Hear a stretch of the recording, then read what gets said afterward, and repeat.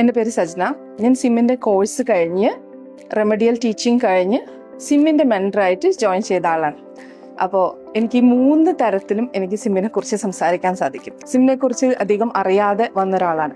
പക്ഷെ സിം എന്ന ലോകത്തേക്ക് കാല് വെച്ച് കഴിഞ്ഞപ്പോഴാണ് എന്താണ് സിം എന്ന് എനിക്ക് മനസ്സിലായത്. IIT ക്ലൗഡ്വേഴ്സിറ്റിയുടെ റെമഡിയൽ മെൻറ്റേഴ്സ് ട്രെയിനിങ് പ്രോഗ്രാമാണ് സിം എന്ന് പറയുന്ന student integrated mentoring course. So student integrated mentoring കോഴ്സിൽ എന്താണ് ക്ലാസ്? അതിന് 2 പാർട്ടുണ്ട്. ഒരെണ്ണം അക്കാഡമിക് പാർട്ടും ഒരെണ്ണം ലൈഫ് ട്രാൻസ്ഫോർമേഷൻ പാർട്ടും. അപ്പോൾ ഇത് രണ്ടും കൂടി ജോയിൻ ചെയ്തതാണ് സിം എന്ന് പറയുന്ന കോഴ്സ്.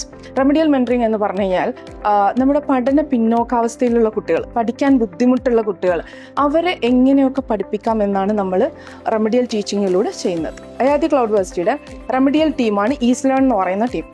ഈസ് ലേൺ എന്നാണ് അതിൻ്റെ ഒഫീഷ്യൽ നെയിം. സോ സിം കഴിഞ്ഞ് ഇറങ്ങുന്ന ഓരോരുത്തരും ഈസ് ലേണിൻ്റെ മെൻറ്റേഴ്സ് ആയിട്ടാണ് ഇറങ്ങുന്നത്. ഈസ് ലേണിൻ്റെ മെൻറ്റേഴ്സ് ആയിട്ട് നമുക്ക് എത്ര കാലം വേണമെങ്കിലും വർക്ക് ചെയ്യാം. അതിന് പല വിഭാഗങ്ങളുണ്ട്, അതിലേത് വേണമെങ്കിലും നമുക്ക് വർക്ക് ചെയ്യാം.